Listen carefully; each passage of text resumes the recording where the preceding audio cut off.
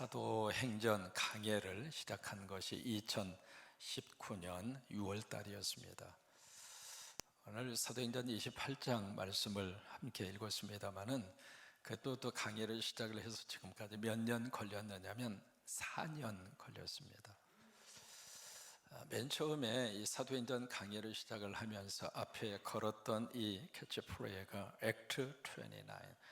액트라고 하는 단어의 뜻은 사도행전을 영어로 액트라고 합니다. 근데 사도행전은 몇 장으로 끝나느냐면 28장으로 끝납니다. 그런데 왜 29라고 하는 단어를 썼을까? 사도행전의 28장 31절을 보시면은요, 거기 사도 바울이 로마에서 2년 동안 세를 얻어서 집에서 거기서 스테이를 하는데, 거기서 머무르는데 그 집에 계속 사람들을 하나님이 보내세요. 우리 성광교회 하나님께서 귀한 사람들을 계속 보내시기를 축복합니다. 그래서 사람들이 계속 사도 바울이 있는 곳으로 그 세를 들어서 살고 있는 집으로 오는데, 찾아오는 사람들을 놓고 거기에 담대하게 그리고 거침이 없이, 그에게는 방해받지 않고 그런 뜻입니다. 그래서 담대하게 거침이 없이 그들에게 두 가지의 사역을 합니다. 첫째, 하나님 나라를 그들에게 선포합니다. 여러분, 교회에서 선포해야 할 가장 중요한 복음의 핵심은 천국입니다. 왜 우리가 예수를 믿는가? 왜 우리가 예수를 믿어야만 하는가? 천국 때문에 그래요. 예수 믿지 않고서는 그 나라 못 갑니다. 그래서 바로 교회에서 선포되어야 할 가장 중요한 메시지의 주제가 바로 하나님 나라인데, 그 하나님의 나라를 그들에게 선포하고, 두 번째, 예수 그리스도에 관한 것을 그들에게 가르칩니다. 그런데 사도행전 28장 31절의 말씀은 그것으로 끝나지 않았어요. 그 다음 장을 쓰라고 하는 거예요. 그래서 이 강의를 시작을 하면서 하나님, 사도행전 29장을 성광교회가 쓰게 해주세요. 아멘. 이 세상에 수없이 많은 교회들이 있지만 우리 교회로서 사도행전 29장을 쓰는 하나님의 교회로 우리 교회가 쓰임을 받게 해 주옵소서. 우리 성도들이 그 일의 주인공이 되게 하여 주옵소서. 그 믿음을 가지고 여기 액트 29이라고 하는 말을 쓴 겁니다. 그러면서 여기 그 밑에 보시면은 무슨 꽃을 피워요? 살림의 꽃을 피우죠. 그래서 이 강의를 시작을 한 지 무려 4년의 시간이 지났습니다만은, 이 4년의 기간 동안에 하나님이 우리 교회와 여러분들을 통해서 무슨 일을 하셨는가? 전 세계 11개 나라에 97개의 교회를 세우게 하셨습니다. 하나님이 하신 줄로 믿습니다. 인정하시면 아멘. 근데 누구를 통해서 하셨는가? 여러분들을 통해서 하셨어요. 사도행전의 장을 딱 여는 순간 사도행전 전체를 끌고 가는 엔진이 있습니다. 여러분 차 몰고 오셨잖아요. 여러분이 몰고 온 거 아니잖아요. 엔진이 가동이 돼서 거기서 힘을 받아서 우리가 운전해서 여기까지 오신 거잖아요. 사도행전 전체 속에 끌고 가는 엔진이 사도행전 1장 8절입니다. 그 1장 8절에 보시면 성령이 너희들에게 임하시며, 사도행전의 문은 무엇으로 여는가? 성령으로 여셨어요. 교회의 문은 누가 어떻게 여는가? 성령께서 교회의 문을 여십니다. 우리에게 믿음을 주시는 분도 성령님이시고, 우리의 삶을 끌고 가시는 분도 성령님이시고, 그래서 사도행전 전체 속에 1장에서 28장까지 쭉 흐르고 있는 거대한 강이 있어요. 그 강이 성령의 강입니다. 그래서 성령이 너희들에게 임하시면 그 다음에 두 번째, 권능을 받고. 여러분, 권능은 누가 주시는가? 성령님이 주세요. 여러분, 권능 받으셔서 능력 있게 사시기를 축복합니다. 그러니까 그 권능은 내 속에서 내 스스로가 발전시키고 내 스스로가 생산해내는 것이 아니라 하나님이 주시는 거예요. 여러분, 아버지의 것 많이 받아서 누리세요. 그러니까 너희가 성령을 받으면 그 다음에 권능을 받고, 권능을 받은 상태에서 나에게 권능이 임했구나, 그거 생각하고 묵상하고 기념관 세우고 거기서 끝나라, 그게 아니에요. 권능 받은 다음에 그 다음에 예루살렘과 유대와 사마리아와 땅 끝까지 이르러 누구 증인이 되리라? My witness, 내 증인이 되리라. 이게 사도행전의 역사입니다. 그러니까 사도행전에 수없이 많은 사람들이 등장을 하잖아요. 사도들 가운데는 베드로가 등장하고 바울이 등장하고 그 위에 많은 사람들이 이 사도행전 속에 등장을 하는데, 그 등장하는 모든 사람들을 누가 움직이고 있는가? 성령님이 움직이세요. 여러분, 여기에 컵이 있잖아요. 제가 말씀드렸는데 이 컵을 딱 놓고 옆에서 이제 명령을 합니다. 컵아, 움직여? 움직였어요? 눈 크게 뜨고 보세요. 거봐! 차 목사 체면 봐서 20cm만 움직여. 움직일 자다! 움직였어요? 이 컵이라고 하는 것은 명령한다고 움직이는 물체가 아닙니다. 그러면 이 컵이 움직인다고 하는 것은 앞으로 가든지 아니면 위로 올라가든지, 이 컵 자체가 움직인다고 하는 것은 여기 제3자, 제3의 힘이 이 컵에게 가해질 때, 그때에 이 컵이 움직이는 거예요. 사도행전에 등장하는 그 사람들을 누가 움직였는가? 스스로가 움직인 게 아닙니다. 그들을 움직이게 하신 분이 계세요. 그분이 누구인가? 성령님이세요. 오늘 우리 교회를 움직이게 하신 분은 성령님이세요. 11개 나라에 십자가 하나하나 세울 때마다 헌금하게 하시고 기도하게 하시고 그 비전을 함께 품을 수 있도록 누가 그렇게 그런 마음을 주셨는가? 성령님이세요. 그래서 그 일에 사도 바울이 참 귀하게 그렇게 쓰임을 받습니다. 쓰임을 받는데 오늘 사도행전 28장 1절과 2절을 읽었습니다마는 이 부분을 가만히 묵상하면서 마음속에 떠오르는 것이 참 인생사 세옹지마구나. 여러분, 세옹지마, 고사성어 여러분 아시죠? 한자로 한번 써보겠습니다. 잘 쓸지는 모르겠지만 한번 써볼게요. 이거 연습 많이 했습니다.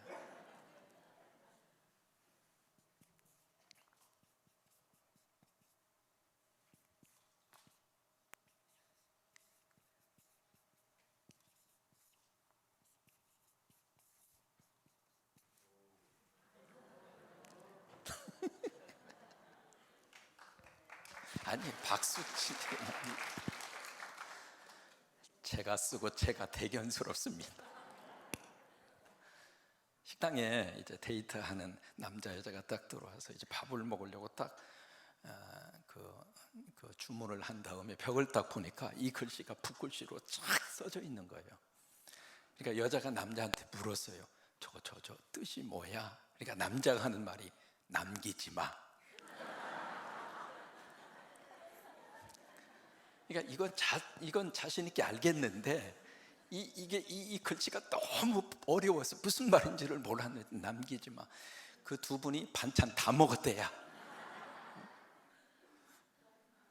여러분, 세옹지마, 고사성어 여러분 기억하시잖아요. 세옹, 세라고 하는 것은 변방이라고 하는 뜻이고 옹이라고 하는 것은 나이가 드셨다 그 말이잖아요. 지마, 그러니까 변방에 살고 있는 나이 드신 분이 말 한 마리를 기르고 있었다 그 말이잖아요. 근데 이 말을 애준히 기르고 있는데 이 암컷, 이 말이 바람 나가지고 도망갔어. 근데 그 당시에 이 말은 보통 재산 가치가 있는 게 아니잖아요. 갑자기 말이 없어지니까 동네 사람들이 와서 아유, 어떻게 하다가 말이 도망갔느냐고. 그러니까 그 노인이 하는 말이 두고 봐야지 이 일이 복이 될지, 그런 거예요. 근데 한참 세월이 지난 다음에 이 도망간 이 말이 세상에 아주 잘생긴 적토마, 야생마, 수컷을 데리고 집으로 온 거예요. 그러니까 동네 사람들이 이 노인 양반이 당신은 복도 많소, 어떻게 가출해서 도망간 말이 또 한 마리의 말을 데리고 올 수 있느냐고. 그러니까 그 노인이 하는 말이 두고 봐야지 이 일이 화가 될지. 근데 이제 그 집에 아들이 있었어요. 이 아들이 그 말을 너무 타는 것을 좋아하는데 이 야생마, 적토마 집에 들어온 이 말을 타다가 떨어져서 다리가 부러진 거예요. 그러니까 동네 사람들이 와서 아이고, 어떻게 하다가 왜 아들이 그렇게 다리가 부러져서 이렇게 병신이 됐느냐고. 그러니까 노인이 하는 말이 두고 봐야지 이 일이 복이 될지. 그러다가 전쟁이 일어났어요. 그래서 동네에 있는 모든 총각들이 징집이 돼서 군대에 다 끌려간 거예요. 그래서 군대에 다 끌려가서 다 죽었어. 다 죽었는데 이 노인 양반의 아들만 다리에 문제가 있어서 징집이 안 돼서 혼자 그 동네 총각으로 혼자 살아서 동네 처녀 다 데리고 살았대.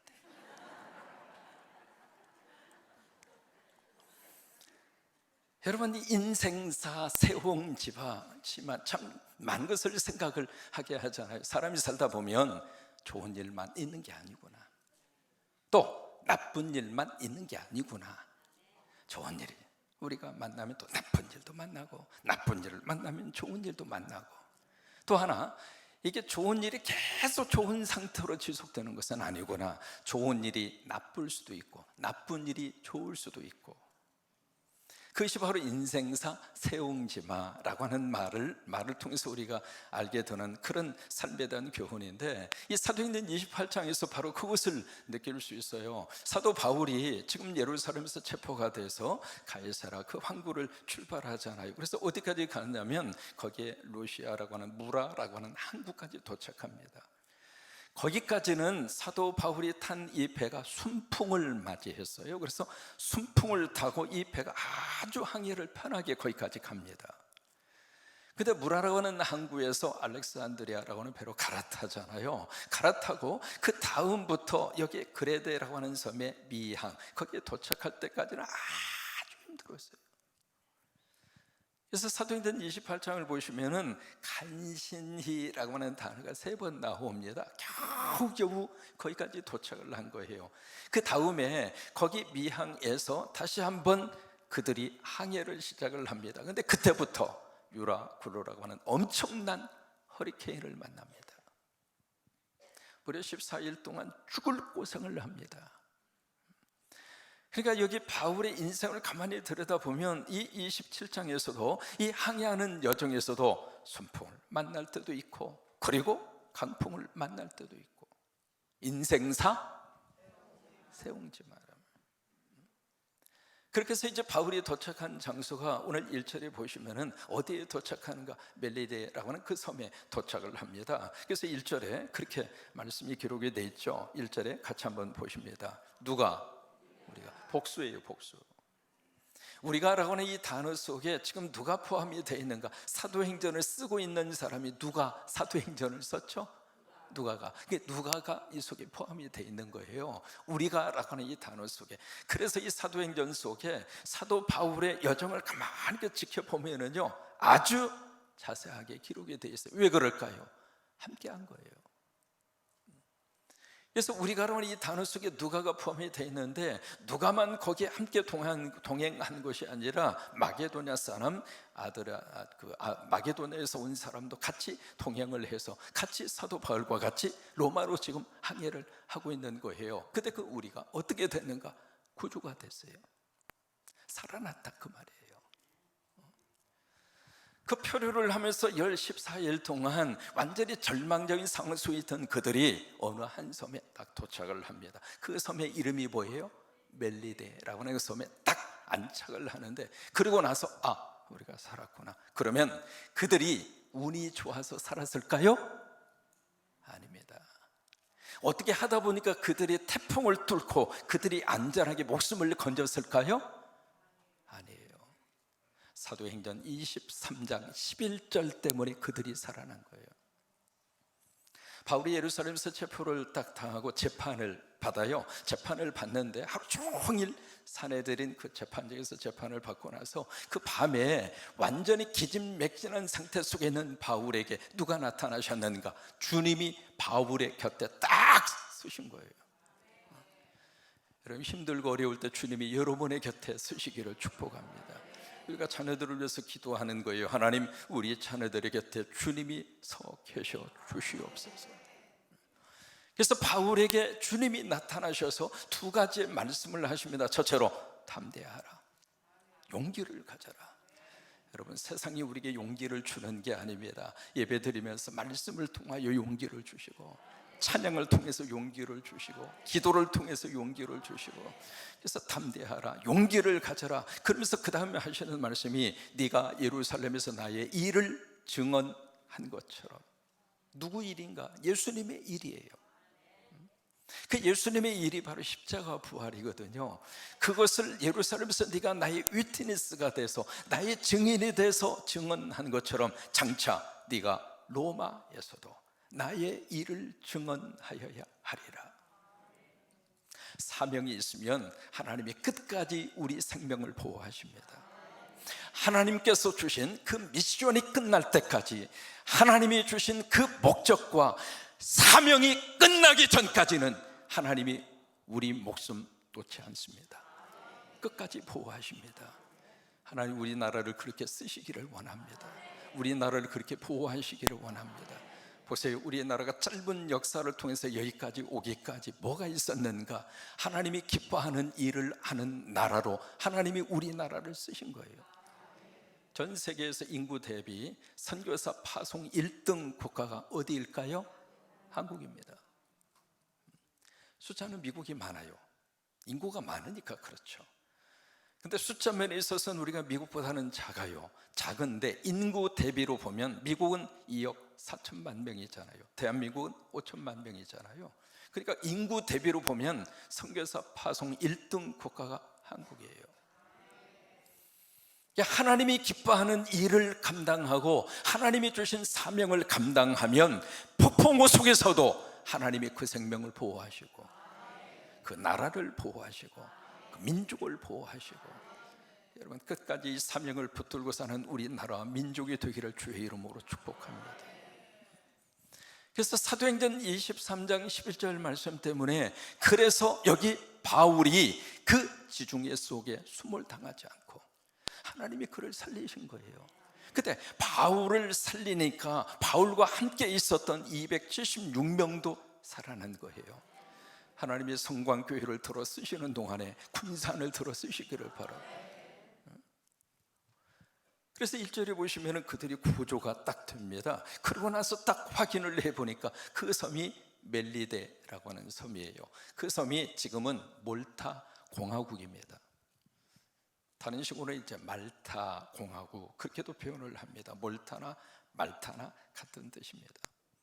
이게 크기가 제주도라고 하는 그 섬의 6분의 1 면적입니다. 이게 남북한의 이 길이가 29km예요. 그리고 동서간의 폭이 15km입니다. 거기에 지금 살고 있는 그 인구가 46만 1000명이 살고 있습니다. 그때 그 몰타 공화국의 특징이 두 가지가 있어요. 첫째로 2월 10일이 되면 몰타 공화국에 거기 있었던 주민들이 지키는 축제가 하나 있어요. 그때 그 축제 이름이 바로 뭐냐면 성 바울 난파 축제입니다.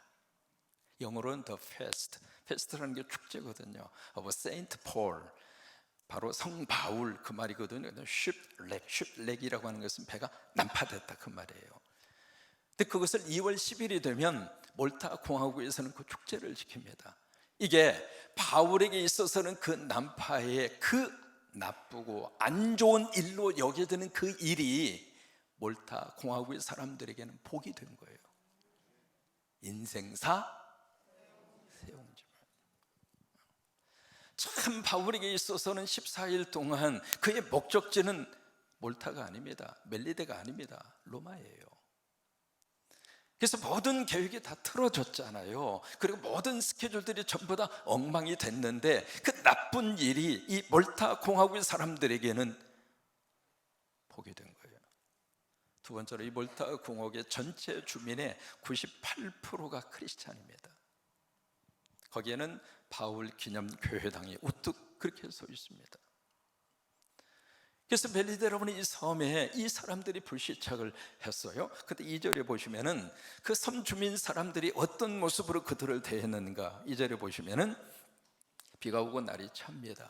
원주민들이 우리에게 뭘 베풀어 줘요? 특별한 뭐예요? 동정을 베풀어 줍니다. 그래서 불을 피워서 그 다음에 우리를 다 뭘 했죠? 영접을 합니다. 여기 두 가지의 단어를 우리가 좀 주목할 필요가 있습니다. 첫째로 특별한 뭘 했어요? 동정을 베풉니다. 그리고 모든 사람들을 어떻게 했죠?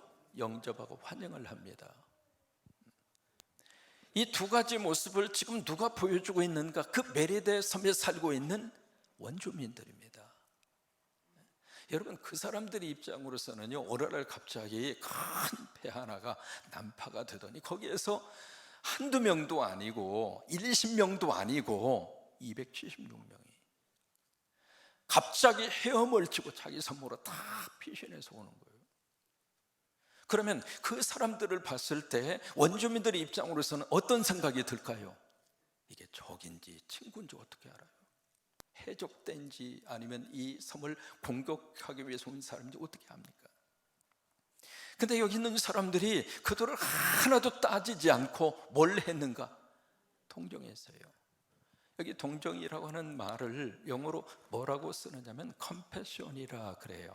영어 단어로 동정을 com 그 다음에 passion 그래요. 이 두 단어가 합쳐진 게 동정이라고 하는 뜻이거든요. 이 come이라고 하는 것은 영어로 with라고 하는 말입니다. 함께한다 그 말이에요. 그 다음에 passion이라고 하는 것은 고난을 의미할 때 passion이라고 그래요. 십자가의 고난 이야기할 때 그때 passion이라고 하는 단어를 씁니다. 그러니까 이 동정한다는 이 말은 그 사람의 형편과 고통 속에 함께하는 거예요. 그게 동정이에요. 거기 원주민들이 276명을 딱 보면서 색안경을 쓰고 이 사람들이 우리를 침략하게 왔지, 그러면서 적대시한 것이 아니라 그 사람들을 딱 보는 순간 얼마나 힘들었을까, 이 사람들 얼마나 죽을 고생을 했을까, 또 이 사람들이 얼마나 지금 주위에 떨고 배고파할까, 그 사람들의 형편과 그 사람들의 처지를 함께 갖는 거예요. 여러분, 그게 동정이에요. 영어에 그런 표현의 단어가 있습니다. Put yourself in my shoes. 무슨 뜻이냐면 put in이라고 하는 말은 어디다 집어넣는다 그 말이에요. yourself, 당신 자신을 어디다 집어넣는가? my shoes, 내 신발 속에다가. 그러니까 그 이야기는 다른 말로 말하면 내 처지가 돼봐라 그 말이에요. 내 처지가 돼봐야 내 입장과 내 형편을 안다 그 말이에요. 여러분, 그게 공감이에요. 그것이 바로 동정이에요. 여러분, 가정 안에서 아내가 남편의 처지를 이해하고 그 남편의 입장으로 들어가서 이 아내가 남편의 신발을 신어보면 내 아내가 얼마나 애쓰는구나, 수고하는구나. 이게 제가요 한 달 반 동안 깨달은 게 참 많아요. 이 끼니 때만 되면 뭘 해 먹어야 될까? 기도해도 답이 잘 안 나와요. 근데 그 입장이 딱 돼 보니까 다시 한번 각오를 했습니다. 주는 대로 먹자. 그럴 때 여자분들이 아멘 해야 참 좋은데, 아내의 신발을 신어보지 않으면 이 머릿속에 그냥 빨리빨리 끓여 찌개 3개 하고 반찬 15개 하고 그 10분이면 되지 뭐 이렇게 시간이 많이 걸리느냐고. 해봐. 아내 신발 신어봐요. 동정이라고 하는 것은 바로 그거예요. 드라마 대사 가운데 유명한 드라마 대사 하나가 있습니다. 아프냐? 나도 아프다. 그게 동정이에요. 그게 공감이에요. 아프냐? 그러니까 이제 아프다 그러니까 병원에 가. 그건 동정이 아닙니다. 아프다고 그러니까 약 챙겨 먹어야지 뭐 했어? 여러분, 그건 동정이 아닙니다. 성경에 유독히 함께라고 하는 단어가 참 자주 나옵니다. 로마서 12장 15절의 말씀에 유명한 구절이죠. 같이 고백하실까요? 즐거워하는 자들과 함께 즐거워하고 우는 자들과 함께 우리라. 여기 지금 좋아서 막 즐거워하는 사람이 있습니다. 근데 여기서는 배가 아파가지고 저 사람이 저렇게 잘 되면 안 되는데 그러지 말라 이 말이에요. 한쪽의 사람이 지금 너무 슬퍼서 울고 있는데 이쪽에서는 고소 와라, 잘 됐다, 그러지 말라 이 말이에요. 고린도전서 12장 26절의 말씀은 지체에 대한 말씀을 우리에게 하시면서 이렇게 말씀하십니다. 같이 고백하십니다. 만일 한 지체가 고통을 받으면 모든 지체가 함께 고통을 받고, 한 지체가 영광을 얻으면 모든 지체가 함께. 보세요. 한 지체와 모든 지체가 하나라 이 말이에요. 여러분, 교회 안에서 맛볼 수 있는 기쁨과 교회 안에서 맛볼 수 있는 너무 귀한 공동체의 모습이 그거 아닙니까? 교회 가운데 한 사람이 울고 있으면 같이 울어주고, 그래야 가족이지. 교회 가운데 한 사람이 잘 나가고 잘 되면 막 박수를 쳐주면서 내일처럼 기뻐하고 좋아해주고. 바로 이 멜리데 섬에 있는 사람들은 그런 마음으로 이 난파가 돼서 자기 섬에 비상 착륙한 276명을 그렇게 동정한 거예요. 그 다음에 두 번째로, 동정으로 끝나지 않았습니다. 그 뭘 했는가? 불을 피우면서, 왜? 지금 겨울이잖아요. 비가 오니까 기온이 떨어지고 얼마나 춥겠어요. 그러니까 그들을 위해서 불을 피워주면서 뭘 했는가? 동정을 행동으로 구체화합니다. 이 동정은 감정적인 요인이거든요. 이 동정은 마음과 가슴에서 일어나는 현상이라면, 머리와 마음, 가슴으로 참 불쌍하다, 참 안 됐다, 어떻게 하다가 여기까지 해서 이런 비상 착륙하는 신세가 되었는가, 그런 동정과 그런 공감과 그런 마음으로 가질 수 있는데, 그것으로 끝나지 않고 그 다음에 구체적으로 이분들에게 필요한 게 뭔가 행동하고, 그리고 환영하고 영접해주고, 그런 역사가 우리 가운데 함께 할 수 있게 되기를 축복합니다. 여러분, 우리나라에 지금 북한에서 탈북해서 와서 살고 있는 분이 3만 명입니다. 그분들을 우리가 들여다볼 때 어떤 시각으로 들여다보는가 한번 생각해 볼 필요가 있습니다. 또 하나, 우리나라에 살고 있는 다문화 가족, 한두 사람이 아닙니다. 엄청나게 많은 다문화 가족의 주변에서 우리가 함께 살고 있는데, 우리나라가 2020년에 인구가 꼭지점을 찍고요, 그 다음부터 인구가 계속 내려가요. 지금 인구 감소가 아니라 인구 절벽입니다. 우리나라의 출산율이 0.79%입니다. 여러분, 이게 뭘 말하는 줄 알아요? 세월이 흐를수록 인구가 급격하게 사라진다 이 말이에요. 근데 유일하게 인구가 증가되는 층이 어디인가? 다문화 가족입니다. 다문화 가정만 인구가 지금 증가하고 있어요. 이게 보면 언어도 다르지, 생김새도 다르지, 낯선 사람들이죠. 이 멜리데 섬의 입장으로 보면은 이 사람들이 지금 바울과 난파돼서 온 사람이랑 똑같다 그 말이에요. 그들에 대해서 우리가 공감하고, 그들에 대해서 동정하고, 그리고 그들을 위해서 안아주고, 그리고 구체적으로 이 동정의 마음을 행동으로 보이고. 인생사 세옹지마예요. 내가 누군가에게 잘해주잖아요. 누군가가 좀 힘들어하고 아파할 때 그에게 다가서서 그의 손을 잡아주면, 나도 힘들고 외롭고 어려울 때 누군가가 나에게 다가와서 내 손 잡아주는 거예요. 사람은 항상 좋을 수 없어요. 항상 나쁠 수도 없잖아요. 그러면 내가 좀 여유가 있고, 내가 좀 능력이 있고, 내가 좀 경제적으로 좀 힘이 있으면 그것을 필요한 사람에게 좀 베풀어주고, 좀 사랑해주고, 그렇게 해서 내가 동정해주고, 내가 그에게 그렇게 다가서 주면, 내가 그런 상황과 현상 속에 빠져서 너무 힘들고 어려울 때 누군가가 내 곁에 와서 똑같이 나에게 그렇게 나를 안아주고, 나에게 친절을 베풀어주고, 나에게 도움을 주고. 인생사 세옹지마예요. 그래서 여러분, 그런 마음을 가지고 사는 것이 바로 행복입니다.